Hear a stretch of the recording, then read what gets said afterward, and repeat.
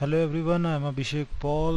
और आज जो हम कंटेंट शुरू करने लगे हैं, this is called word processing. Microsoft word basically हम यहाँ पे यूज़ कर रहे हैं इस वर्ड प्रोसेसिंग के लिए। और माइक्रोसॉफ्ट वर्ड एक ऐसा सॉफ्टवेयर है, एक ऐसा टूल है जो एमएस ऑफिस के पैकेजेस के अंदर आता है, जिसमें वर्ड, एक्सेल, पावर पॉइंट और आउटलुक ऐसी बहुत सारी चीज़ें होती हैं, जिसमें से एक कंटेंट पर्टिकुलरली हम यहाँ पे जो यूज़ कर रहे हैं, this is called Microsoft word. Microsoft word की जब हम बात करते हैं तो इसका मेन यूजेज क्या होता है? डॉक्यूमेंटेशन बनाना। डॉक्यूमेंटेशन मतलब किसी भी तरीके का डॉक्यूमेंट तैयार करने का काम हमारे पास माइक्रोसॉफ्ट वर्ड में होता है। अब डॉक्यूमेंट बनाने के लिए अगर हम बात करें तो बहुत सारी अलग अलग वैरायटीज़ हो सकती हैं डॉक्यूमेंट्स की। लाइक अगर आप कोई प्रोजेक्ट रिपोर्ट तैयार करना चाह रहे हो तो वो प्रोजेक्ट रिपोर्ट बनाने का काम भी हम डॉक्यूमेंटेशन कहते हैं। अगर आप कोई बुक लिख रहे हो और उस बुक के अंदर आने वाली सारी चीज़ें जो भी आप उसके अंदर इम्प्लीमेंट करो, तो this is called also documentation work. या स्कूल गोअर्स जो होते हैं या कॉलेज गोअर्स जो होते हैं, उन लोगों को ज़्यादातर अपने सेमेस्टर एंड पे किसी ना किसी पर्टिकुलर प्रोजेक्ट की सिनॉप्सिस तैयार करके सबमिट कराने होते हैं, सिनॉप्सिस फाइल बनानी होती है। और ऐसे सिनॉप्सिस फाइल बनाने के लिए भी वो कुछ पर्टिकुलर टाइप के डॉक्यूमेंटेशन करते हैं। तो ऐसी अलग अलग चीज़ें, इन सब चीज़ों को हम डॉक्यूमेंटेशन में कंसिडर करते हैं। अब नॉर्मली अगर हम बात करें कि डॉक्यूमेंटेशन में होता क्या क्या है, तो हम इनको डिवाइड कर लेते हैं कुछ अलग अलग कॉन्टेक्स्ट के अंदर या अलग अलग फीचर्स के अंदर।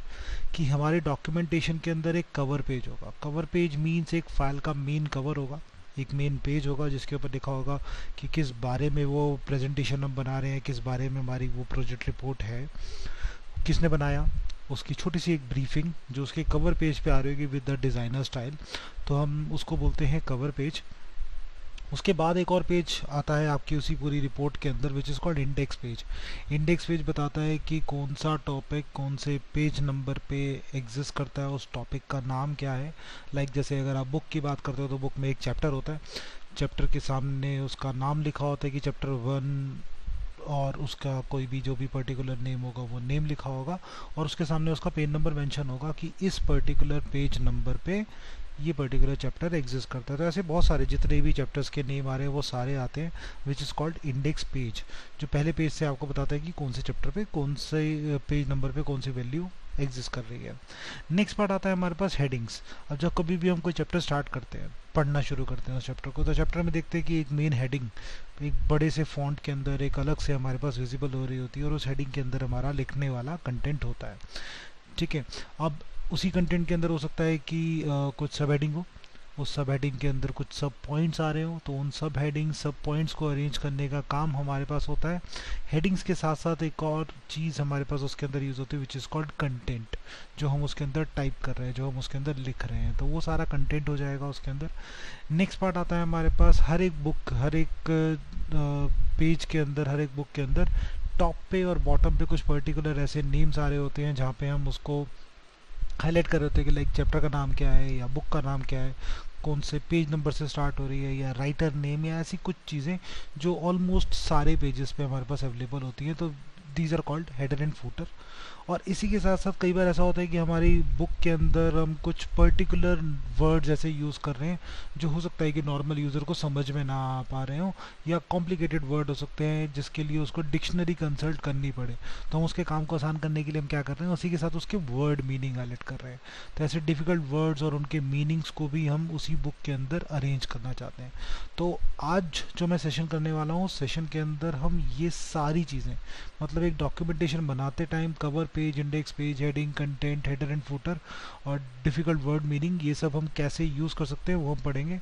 तो ज़्यादा टाइम वेस्ट ना करते हम सीधा आते हैं वर्किंग प्रोसेस पे। ऐसा करने के लिए मैं एक न्यू फाइल ले रहा हूँ, तो माइक्रोसॉफ्ट वर्ड की एक न्यू फाइल ली और इसमें मुझे कंटेंट लिखना है। अब कंटेंट लिखने के लिए अगर मैं यहाँ पे बहुत सारा कंटेंट टाइप करना शुरू करूँगा तो बहुत कॉम्प्लिकेटेड हो जाएगा। तो इसका हमको छोटा सा आसान फॉर्मेट में हम लेके चलते हैं कि माइक्रोसॉफ्ट वर्ड आपको प्री डिफाइंड कंटेंट देता है, पहले से बना हुआ कुछ कंटेंट माइक्रोसॉफ्ट वर्ड के पास होता है।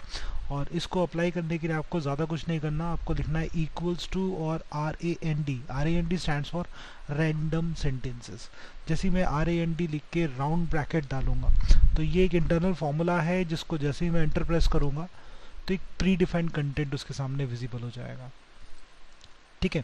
अब इसी रैंडम सेंटेंस के अंदर अगर हम बात करें तो इक्वल्स टू RAND, अगर मैं इसके ब्रैकेट के बीच में कोई नंबर दे देता हूँ, लाइक 1 मैंने अगर लिख दिया, तो जैसे ही मैं इसको प्रेस करूँगा तो ये ऑटोमेटिकली मेरे को एक पैराग्राफ दिखा देगा। दैट मीन्स मैं इसको कह सकता हूँ कि पहला पैरामीटर या पहले अगर मैं कोई वैल्यू देना चाहता हूँ इसके अंदर, तो जितने नंबर ऑफ वैल्यूज़ दूंगा उतने नंबर ऑफ पैराग्राफ्स आएंगे। तो लाइक अगर मैंने दोबारा से मैंने रैंड यूज़ करा और मैंने अब की बार टाइप किया 5, तो दैट मीन्स क्या होने वाला है, 5 अलग अलग पैराग्राफ्स आने वाले हैं। तो सी आप देख सकते हो यहाँ पे 1 2 3 4 5 डिफरेंट पैराग्राफ्स आ गए हैं। या फिर अगर मैं चूज़ करता हूँ RAND और सिर्फ 3 टाइप करता हूँ, तो अब क्या होने वाला है, 3 पैराग्राफ्स आने वाले हैं। क्लियर है। सेम ऐसे ही इसके अंदर हमारे पास एक और चीज़ आती है RAND, जिसके अंदर मैं नंबर ऑफ पैराग्राफ तो दे ही रहा हूँ, कॉमा मैं नंबर ऑफ सेंटेंस भी चूज़ कर सकता हूँ। सेंटेंस कब होता है, जब एक टेक्स्ट मैं लिख रहा हूँ और उसके एंड पे फुल स्टॉप आ जाता है, that is called a sentence. तो अब मैं यहाँ पे RAND में लिख रहा हूँ 1,1 और जैसे मैंने एंटर कर प्रेस किया तो वो क्या दिखा रहा है, मुझे एक सेंटेंस एंड करके दिखा रहा है जो एंड हो रहा है एक फुल स्टॉप के साथ। ठीक है, तो अगर मैं इसको थोड़ा सा और चेंज करता हूँ, मैंने यहाँ पे चूज़ करा RAND, एक ही पैराग्राफ ले रहा हूँ लेकिन 2 सेंटेंसेस के साथ। तो मैंने नंबर ऑफ सेंटेंसेस 2 टाइप किया, तो यहाँ पे कुछ इस तरीके से दिखा रहा है। तो यू कैन सी कि वीडियो से लेकर पॉइंट तक एक सेंटेंस हो गया, व्हेन से लेकर एट तक दूसरा सेंटेंस हो गया। तो ऐसे नंबर ऑफ सेंटेंसेस भी हम चूज़ कर पा रहे हैं। दैट मीन्स मैं अगर कंटेंट बनाना चाहता हूँ तो मैं यहाँ पे क्या यूज़ करूँगा, RAND। मैं चूज़ कर रहा हूँ कि मुझे कुछ 25 पैराग्राफ चाहिए अपने पूरे डॉक्यूमेंट के अंदर, और उन 25 पैराग्राफ के अंदर मुझे 25 अलग अलग सेंटेंसेस चाहिए। दैट मीन्स हर पैराग्राफ में 25 सेंटेंस होंगे, फिर दूसरा पैराग्राफ जो होगा उसमें भी 25 सेंटेंस होंगे, तीसरे पैराग्राफ में भी 25 सेंटेंस होंगे, और इसी टाइप का प्रोसेस आगे चलता रहेगा।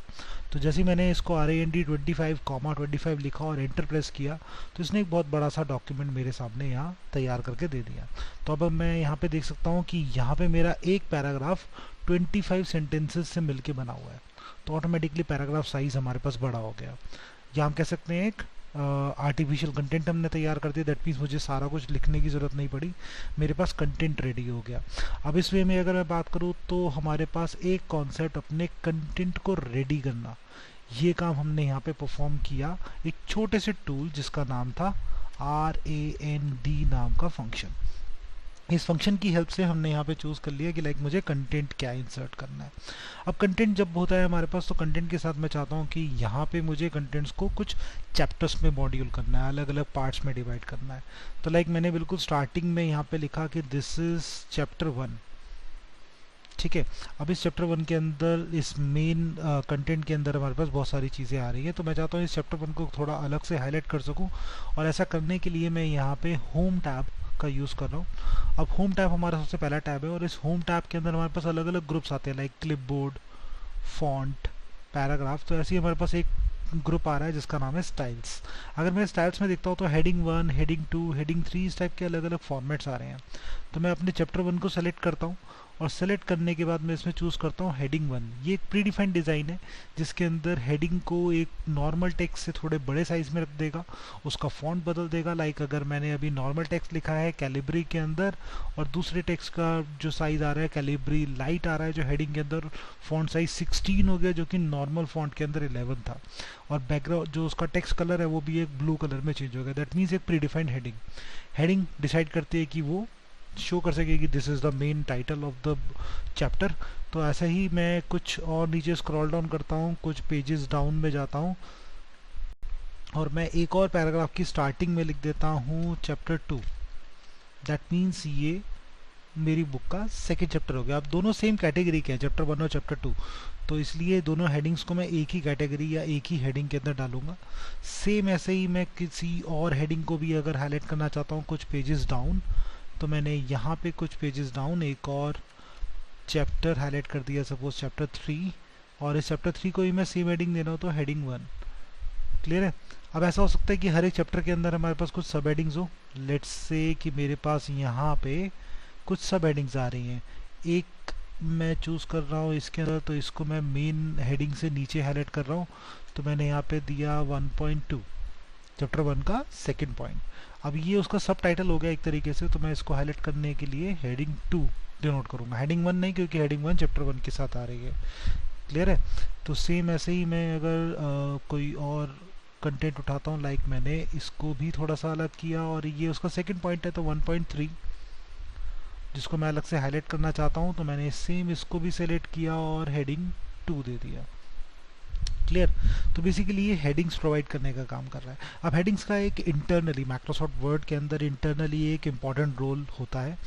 ऑल्दो हमारे पास ये दिखने के लिए तो अलग से विजिबल हो ही रहा है, डिस्क्रिप्टिव है कि वो बता पा रहा है कि लाइक हेडिंग कहाँ है और उसके अंदर का कंटेंट क्या है, उस हेडिंग के अंदर सब हेडिंग्स कौन सी हैं और उन सब हेडिंग्स के अंदर कंटेंट क्या है। इन चीज़ों को हाईलाइट तो कर ही रहा है, प्लस साथ में हमारे पास एक और चीज़, या हम कह सकते हैं कि लाइक जैसे अभी हम एक कंटेंट यहाँ पे यूज़ कर चुके कि अपने कंटेंट को हेडिंग्स दिखा चुके। क्लियर। इसी के साथ साथ मेरे पास एक और चीज़ हेल्प करने वाला है ये इसके अंदर, जो कि है इंडेक्स पेज बनाना। अगर मैं चाहता हूँ मेरे डॉक्यूमेंट के अंदर एक इंडेक्स पेज हो जो हाईलाइट करेगी चैप्टर 1 कौन से पेज नंबर पे आ रहा है, चैप्टर 2 कौन से पेज नंबर पे आ रहा है, तो इन चीज़ों को हाईलाइट करने के लिए मैं यहाँ पे यूज़ करने वाला हूँ एक रेफरेंसेस नाम का टैब। अब इस रेफरेंसेस नाम के टैब में जब मैं जाता हूँ तो इस रेफरेंसेस नाम के टैब के अंदर सबसे पहला ग्रुप आ रहा है हमारे पास table of contents. Table of contents means जितने कंटेंट आ रहे हैं उन सबकी एक पूरी प्रॉपर टेबल जनरेट करेगा, और टेबल ऑफ कंटेंट्स के अंदर ही सबसे पहला टूल आ रहा है टेबल ऑफ कंटेंट्स का। जैसे ही मैं इसको ऑन करता हूँ तो इसको ऑन करते ही ये मेरे को हाईलाइट करेगा कुछ पर्टिकुलर हेडिंग स्टाइल्स जो कि पहले से बने हुए हैं। दैट मीन्स मुझे ज़्यादा कुछ मेहनत करने की ज़रूरत नहीं है। अपने डॉक्यूमेंट के अंदर सपोज़ मैंने चैप्टर्स को डिवाइड कर लिया है, चैप्टर्स को अलग से हेडिंग प्रोवाइड कर दी है स्टाइल्स के साथ, तो मुझे सिर्फ एक कंटेंट स्टाइल चूज़ करना है टेबल ऑफ कंटेंट बनाने के लिए। और जैसे ही मैंने इसको बिल्डअप किया तो उसने क्या करा, आप यहाँ पे देख सकते हो कि चैप्टर 1 के सामने दिखा रहा है कि ये पेज नंबर 1 पे है, चैप्टर 2 पेज नंबर 3 पे है और चैप्टर 3 पेज नंबर 6 पे है। तो ऐसे उसने चैप्टर्स के डिवीजन भी ऑटोमेटिकली जनरेट करने शुरू कर दिए। तो मुझे ज़्यादा मेहनत करने की ज़रूरत नहीं पड़ी। अगर मैं कंटेंट लिख रहा हूँ और कंटेंट के साथ मैं हेडिंग प्रोवाइड कर रहा हूँ प्री डिफाइंड फॉर्मेट के साथ, तो उन हेडिंग्स को देते ही मैं इसको अपने आप टेबल ऑफ कंटेंट में देख पाऊँगा। लेकिन ये सिर्फ हेडिंग्स के साथ काम कर रहे होते हैं, हेडिंग्स या टाइटल्स जो भी होम टैब में हमने देखे थे स्टाइल्स के अंदर। ठीक है, तो इन्हीं हेडिंग्स के साथ ही ये काम कर रहा होता है। लाइक हेडिंग 1 2 3 है, टाइटल है, सब टाइटल का एलिमेंट है। तो इस तरीके से हमारे पास अलग अलग ऑप्शंस जो आ रहे हैं, इन्हीं ऑप्शंस के साथ ही ये हेडिंग्स काम करता है। तो अगर मैंने सिंपल बोल्ड इटैलिक कर रखा होगा अपने कंटेंट को या फ़ॉन्ट साइज बड़ा कर दिया होगा, तब ये टेबल ऑफ कंटेंट काम नहीं करेगा। लेकिन अगर मैंने उसको किसी हेडिंग्स में दिया है तो टेबल ऑफ कंटेंट बिल्डअप हो जाएगा। अब इससे हमारे पास बेनिफिट हो जाता है, क्योंकि इन टेबल ऑफ कंटेंट के ऊपर जैसे ही मैं माउस रखूंगा तो यहाँ पे आप एक डिफरेंस देख रहे होगे, control plus click to follow link. एक छोटा सा मेरे को सजेशन प्रोवाइड कर रहा है इसके अंदर कि जैसे ही मैं इसके साथ कंट्रोल के साथ क्लिक करूंगा तो ये इस लिंक को फॉलो करेगा। दैट मीन्स हम कह सकते हैं आपस में कनेक्टेड है। तो अगर इस कनेक्टेड फॉर्मेट को अगर मैं देखना चाहता हूँ तो लाइक मैंने चूज़ करा चैप्टर 2, मैंने कंट्रोल के साथ इस पर जैसे ही क्लिक किया तो ये अपने आप स्क्रॉल डाउन करेगा चैप्टर नंबर 2 पे। या मैं दोबारा ट्राई करता हूँ चैप्टर नंबर 3, तो मैंने कंट्रोल पे क्लिक किया और चैप्टर नंबर 3 पे क्लिक करा तो चैप्टर 3 पे ले आया। तो एक इजी तरीका जो इंटरकनेक्टेड हो रहा है हेडिंग्स के साथ टेबल ऑफ कंटेंट को जोड़ने के लिए। अब ऐसा करने पर मैं चाहता हूँ कि लाइक जैसे बुक्स के अंदर होता है कि आप जब कभी भी आप देखोगे कि इंडेक्स पेज एक अलग पेज में आ रहा होगा, एक अलग डॉक्यूमेंट के बिल्कुल स्टार्टिंग में या बुक के बिल्कुल स्टार्टिंग में एक पेज आ रहा होगा, लेकिन जो चैप्टर नेम्स है वो अलग अलग पेजेस पे शुरू होते हैं। तो मैं यहाँ पे चैप्टर को चेंज करना चाह रहा हूँ, एक नए पेज पे मूव करना चाह रहा हूँ। तो एक नए पेज पे मूव करने के लिए मैं एक और टूल यूज़ कर रहा हूँ जो मुझे मिलेगा इंसर्ट टैब के अंदर। मैं जैसे ही इंसर्ट टैब में जाता हूँ तो इंसर्ट टैब के अंदर मुझे एक फीचर मिलता है which is called page break. अब पेज ब्रेक करने के लिए मैं कंट्रोल के साथ एंटर भी प्रेस कर सकता हूँ, तब भी मेरे पास पेज ब्रेक काम करेगा। या मैं सिंपली पेज ब्रेक कर सकता हूँ। पेज ब्रेक कब प्रेस करेंगे, जहाँ से जिस पोजीशन के बाद से मैं पेज को नेक्स्ट पेज पे मूव करना चाहता हूँ कंटेंट को, वहाँ पे मैं कर्सर रखूँगा। तो मैंने जैसे यहाँ चैप्टर से पहले कर्सर रखा, दैट मीन्स कर्सर के बाद का जितना भी कंटेंट है मैं नेक्स्ट पेज पे शिफ्ट करना चाहता हूँ। तो ऐसा करने के लिए मैं यहाँ पे यूज़ करूँगा पेज ब्रेक। तो जैसे मैंने ऐसा किया तो वो कंटेंट से मूव हो गया, लाइक टेबल ऑफ कंटेंट से हट के वो नेक्स्ट पेज पे शिफ्ट हो गया। सेम ऐसा ही प्रोसेस मैं चैप्टर 2 के लिए भी कर रहा हूँ। तो मैं चैप्टर 2 पे लेके आया, पेज ब्रेक किया, नेक्स्ट पेज पे शिफ्ट कर लिया, या फिर मैं चैप्टर नंबर 3 पे लेके आया और यहाँ पे भी या तो मैं पेज ब्रेक यूज़ कर सकता हूँ या आपकी बार मैं यूज़ कर रहा हूँ कंट्रोल के साथ एंटर, तब भी वो पेज चेंज कर रहा है। अब सेम प्रोसेस, अब जब मैंने यहाँ पे हर एक पेज को मूव करा तो दैट मीन्स ये जो पेज नंबर्स आ रहे हैं ये चेंज हो चुके होंगे फॉर श्योर, क्योंकि चैप्टर 1 अब पेज नंबर 1 पे नहीं है, पेज नंबर 2 पे आ चुका है। चैप्टर 2 भी अब 3 पे नहीं होगा, आगे बढ़ चुका होगा, और चैप्टर 3 भी अब 6 पे नहीं होगा, वो भी आगे बढ़ चुका होगा। तो मुझे टेबल को अपडेट करना है, तो यहाँ पे एक ऑप्शन आ रहा है अपडेट टेबल।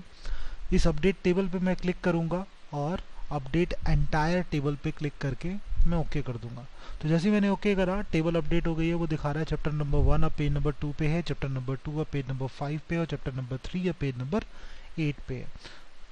तो आप देख सकते हो कि टेबल ऑफ कंटेंट बना के उसको अपडेट करना भी और हमारे लिए इजी हो जाएगा, या हम कह सकते हैं कि हमारा इंडेक्स पेज हम बहुत इजीली बना पाएंगे। तो ये एक और प्रोसेस हमने यहाँ पे कवर किया ताकि हम अपने डॉक्यूमेंट में इंडेक्स पेज बना सकें। और हाँ, अगर मैं चाहता हूँ कि लाइक मेरे को नए चैप्टर्स ऐड अप करने हैं, like chapter number 3 last chapter था मेरे पास, अब इस चैप्टर के बाद कुछ और नए चैप्टर ऐड अप हुए यहाँ पे, सपोज इस जगह पे, तो चैप्टर नंबर 4 ऐड कर दिया। चैप्टर नंबर 4 को भी मैं एक हेडिंग दे देता हूँ, तो हेडिंग प्रोवाइड करी, और इस हेडिंग के साथ साथ मैं इसको नेक्स्ट पेज पे शिफ्ट कर रहा हूँ, और मैं चाहता हूँ मेरे टेबल ऑफ कंटेंट पे ये अपडेट हो जाना चाहिए। तो अगेन मैं अपडेट टेबल करूँगा, अपडेट एंटायर टेबल, और मैं इसको ओके कर दूँगा। तो जैसे जैसे पेज नंबर्स चेंज हो रहे हैं, पेज नंबर अपडेट हो रहे हैं, वो हर एक टेबल ऑफ कंटेंट को अपने आप बिल्डअप करता जाएगा। तो ज़्यादा मेहनत करने की ज़रूरत नहीं पड़ेगी मुझे, बहुत ईजी तरीके से हमारे पास डॉक्यूमेंट तैयार हो गया, डॉक्यूमेंट के अंदर कंटेंट बन गया, उसमें हेडिंग्स दे दी और उसको टेबल ऑफ कंटेंट हमने प्रोवाइड कर दिया।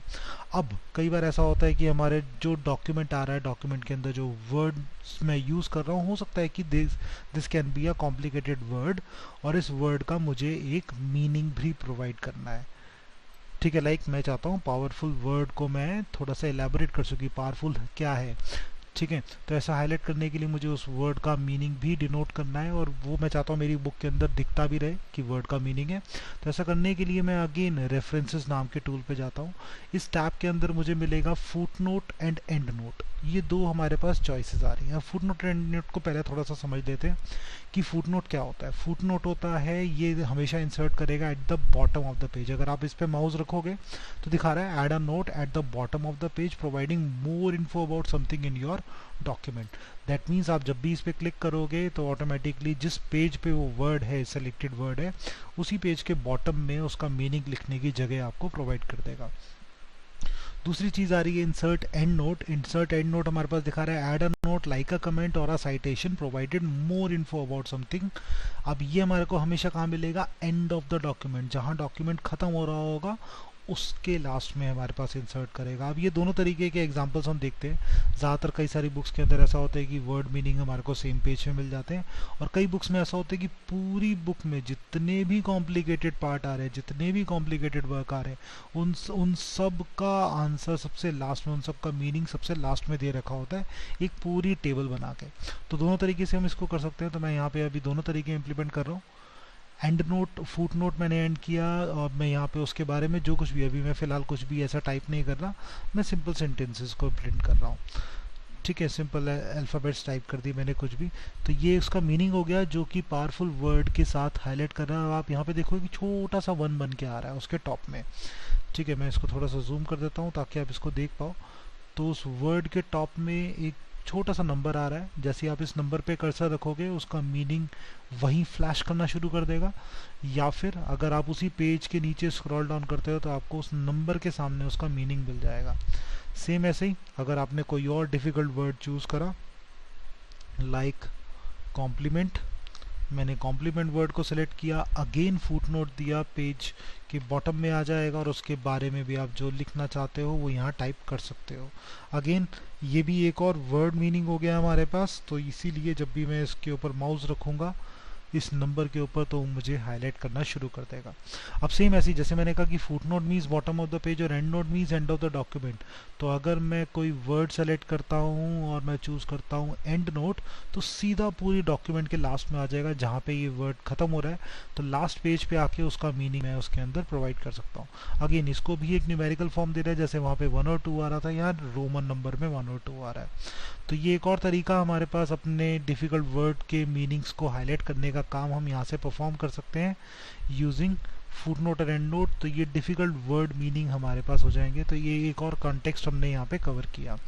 ठीक है, अब इसके बाद आता है हमारे पास कि मैं चाहता हूँ कि मेरे पूरे डॉक्यूमेंट के स्टार्टिंग में एक मेन पेज होना चाहिए, एक कवर पेज होना चाहिए, जिसमें मैं उसको देख सकूँ कि लाइक मेन कवर से पता लगता है कि कैसी बुक है, किस बारे में प्रोजेक्ट है, क्या क्या कंटेंट आने वाला है उसके अंदर। तो ऐसा कुछ बिल्डअप करने के लिए अगर मुझे ऐसा कुछ इम्प्लीमेंट करना है तो इंसर्ट टैब के अंदर हमारे पास एक ऑप्शन आता है which is called cover page. Cover page हमारे पास प्री डिफाइंड फॉर्मेट है इसके अंदर, जिसके अंदर मैं जाता हूँ और कवर पेज का डिज़ाइन चूज़ कर लेता हूँ, मुझे कैसा स्टाइल चाहिए उस कवर पेज का। तो मैंने कोई भी एक स्टाइल यहाँ से पिक किया, लेट से मैं इसको पिक कर लेता हूँ। तो डॉक्यूमेंट टाइटल बन के एक कवर पेज अपने आप एडअप हो जाएगा आपके पूरे डॉक्यूमेंट के अंदर। अब इसमें डॉक्यूमेंट टाइटल देना चाहते हो तो सपोज आपने दिया यहाँ पे वर्ड प्रोसेसिंग, डॉक्यूमेंट का सब टाइटल मेंशन कर देते हैं या किस बारे में हमारे पास है, तो about Microsoft word for documentation. तो मैंने इसको एक सब टाइटल भी प्रोवाइड कर दिया। डेट हाईलाइट करनी है तो आप डेट ऑफ प्रिंट यहाँ पे देना चाहते हैं हम यहाँ पे, तो मैंने यहाँ पे चूज़ कर लिया कंपनी नेम, मैंने चूज़ करा अभिषेक पॉल, और एड्रेस में मैं दे देता हूँ इंडिया। तो कुछ इस तरीके से हमने अपने पूरी बुक का एक कवर पेज तैयार कर दिया। अब इसको अगर मैं देखना चाहता हूँ कि लाइक प्रिंट आउट के टाइम पे कैसा दिखेगा, जब ये पूरी बुक कंप्लीट हो चुकी होगी तो कैसी नज़र आएगी, तो मैं प्रिंट प्रीव्यू पे देख सकता हूँ इस चीज़ को। मैं देख सकता हूँ कि लाइक ये अभी कवर पेज है मेरे डॉक्यूमेंट का, उसके बाद नेक्स्ट पेज आता है टेबल ऑफ कंटेंट, और उसके नेक्स्ट पेज से चैप्टर स्टार्ट हो रहा है। जब ये चैप्टर एंड होगा जिस किसी पेज पे, तो वहाँ पे अपने आप वो गैप छोड़ देगा, क्योंकि नया चैप्टर एक नए पेज से स्टार्ट होगा। सेम ऐसे ही मैं और आगे मूव करता हूँ, यहाँ चैप्टर एंड हो गया, फिर नया चैप्टर एक नए पेज से स्टार्ट हो रहा है, और इसी टाइप से हमारे पास पूरी बुक जैसा फॉर्मेट तैयार हो गया। इसी के साथ साथ अगर मैं प्रिंट आउट में देखता हूँ कि वर्ड मीनिंग जहाँ आ रहे थे, लाइक फर्स्ट पेज में मेरे पास वर्ड मीनिंग जनरेट हो रहे थे, तो जहाँ डिफ़िकल्ट वर्ड्स हैं कि बॉटम में मुझे वर्ड मीनिंग भी शो कर रहा है। तो हमारे लिए कन्वीनियंट टूल हो गया, एक बुक जैसा फॉर्मेट हमारे पास तैयार हो गया। अब इस बुक के फॉर्मेट के अंदर हमारे पास कुछ और रिक्वायर्ड पार्ट भी रह जाता है हमारे पास इसको बिल्डअप करने के लिए, विच is called header and footer. तो ये कंटेंट हम यहाँ पे कवर कर चुके हैं। हम नेक्स्ट पार्ट आता है हमारे पास हेडर एंड फूटर। पेज के टॉप में या बॉटम में कुछ ऐसी पर्टिकुलर वैल्यूज़ हम यहाँ पे अरेंज कर रहे हैं जिससे पता लग सके कि बुक किस बारे में है, बुक का नाम क्या है, या ऐसी कोई भी चीज़। तो इसको बिल्डअप करने के लिए हमें क्या करना होगा, इंसर्ट में जाएंगे दोबारा से, और इंसर्ट में हमारे को मिलेगा हेडर एंड फूटर नाम का एक ऑप्शन।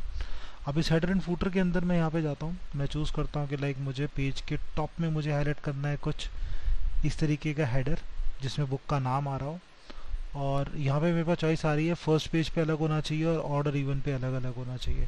तो मैं ऐसा भी चूज़ कर सकता हूँ। तो फर्स्ट पेज पे मुझे कैसा चाहिए वो मैं यहाँ पे पिक कर पाऊँगा, या लेट्स से मुझे फर्स्ट पेज पे नहीं चाहिए, ठीक है, मैं चूज़ कर रहा हूँ कि मुझे टेबल ऑफ कंटेंट में भी हेडर फूटर नहीं चाहिए, मुझे यहाँ से शुरू करना है इसको।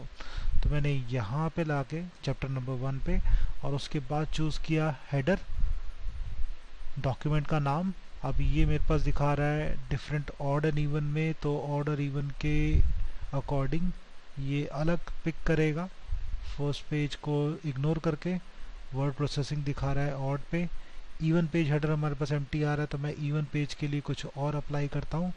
तो मैंने अगेन वहाँ पे चूज़ करा इंसर्ट हेडर, और अब की बार मैं चूज़ कर रहा हूँ उसके अंदर कुछ इस तरीके से पेज नंबर दिखने लग जाए।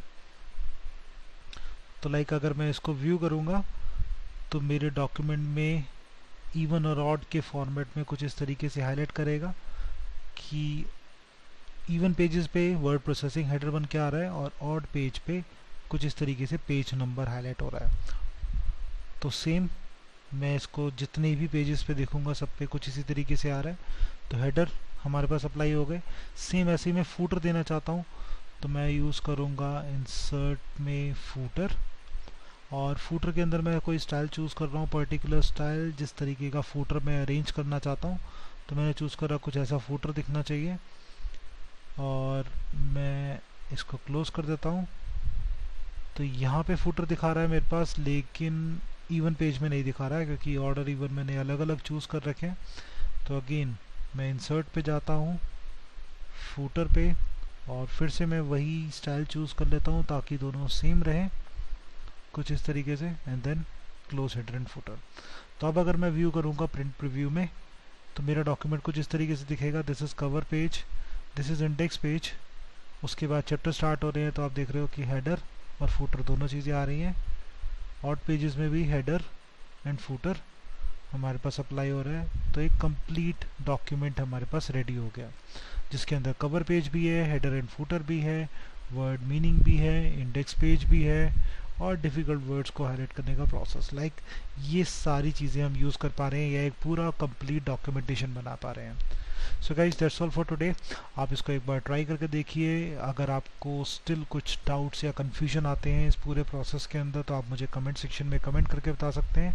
अगर आप लोगों को ये वीडियो अच्छा लगा तो आप इसको लाइक कर दीजिए और इसको शेयर ज़रूर कीजिए ताकि और भी लोग इस टाइप के कंटेंट्स को पढ़ सकें, सीख सकें। और मेरे चैनल को सब्सक्राइब कर लीजिए ताकि अगर आपको कभी भी कोई नया अपडेट मिलता है तो आप उसको डायरेक्टली व्यू कर पाएंगे। That's all for today. Thank you, bye bye, have a great day.